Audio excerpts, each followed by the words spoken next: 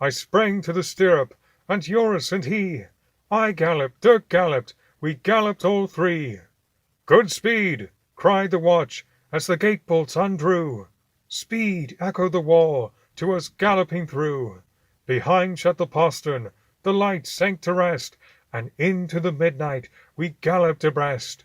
Not a word to each other, we kept the great pace, neck by neck, stride by stride, never changing our place.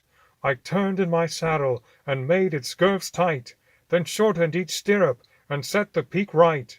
Rebuckled the cheek strap, chained slacker the bit, nor galloped less steadily, Roland the whit. 'Twas moonset at starting, but while we drew near Lokeren, the cocks crew, and twilight dawned clear. At Boom, a great yellow star came out to sea. At Duffled 'twas morning, as plain as could be. And from Mechelen church steeple we heard the half chime. So Joris broke silence with, "Yet there is time." At Erscat up leapt of a sudden the sun, and against him the cattle stood black every one, to stare through the mist at us galloping past. And I saw my stout galloper, Roland at last, with resolute shoulders, each butting away the haze, as some bluff river headland it spray. And his low head and crest, just one sharp ear bent back for my voice, and the other pricked out on his track. And one eye's black intelligence, ever that glance o'er its white edge at me, his own master askance. And the thick, heavy spume flakes, which aye and anon his fierce lip shook upward in galloping on. By Hasselt, Dirck groaned, and cried Joris, "Stay spur!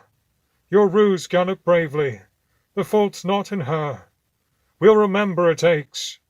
For one heard the quick wheeze of her chest, saw the stretched neck and staggering knees, and sunk tail and horrible heave of the flank, as down in her haunches she shuddered and sank. So we were left galloping, Joris and I, past Loos and past Tonger, no cloud in the sky. The broad sun above laughed a pitiless laugh, 'neath our feet broke the brittle, bright stubble like chaff, till over by Dolham a domed spire sprang white, and "Gallop!" gasped Joris, "for Aix is in sight! How they'll greet us!" And all in a moment his roan rolled neck and croup over, lay dead as a stone. And there was my Roland to bear the whole weight of the news which alone could save Aix from her fate. With his nostrils like pits, full of blood to the brim, and with circles of red for his eye sockets' rim. Then I cast loose my buff coat, each holster let fall, shook off my jack boots, let go belt and all, stood up in the stirrup, leaned, patted his ear, called my Roland his pet name, my horse without peer, clapped my hands, laughed and sang, any noise bad or good, till at length into Aix Roland galloped and stood.